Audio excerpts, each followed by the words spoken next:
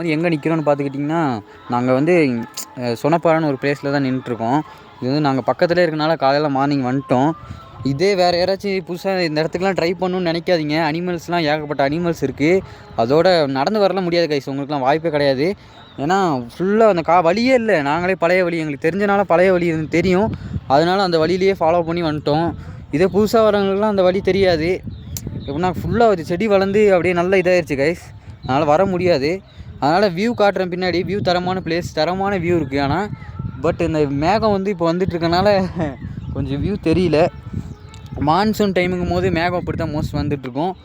எந்த இடத்துக்கு நீங்கள் போனாலும் சரி மேகம் அப்படி தான் வந்துட்டுருக்கும். காலையில் ஏர்லி மார்னிங் நீங்கள் எப்படி சொல்கிறதுனா ஒரு 5:30 அதை போல் கிளம்பி இந்த பிளேஸ்க்கு வர மாதிரி வந்தீங்கன்னா இப்படி இந்த மேகம் அப்படியே ஃபுல்லாக கவர் ஆகிருக்கும் கைஸ். எப்படி சொல்கிறேன்னா அப்படியே ஒரு பஞ்சு எப்படி சொல்கிறேன்னா ஃபுல்லாக அப்படியே மட்டமாக இருக்க மாதிரி கைஸ். வெள்ளைன்னு மட்டமாக இருக்க மாதிரி கீழே இருக்க பிளேஸ் எதுவுமே தெரியாது கைஸ். அதை மாதிரி தான் இருக்கும்.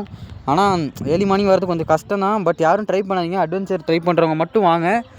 வந்து நம்ம லோக்கல் பீப்புள்ஸ்னால நமக்கு வழி தெரியும். இங்கே வந்துட்டோம். அதோட கீழே ஒரு ஏரியா தெரியுது பார்த்தீங்களா, அதுதான் கரன்சி.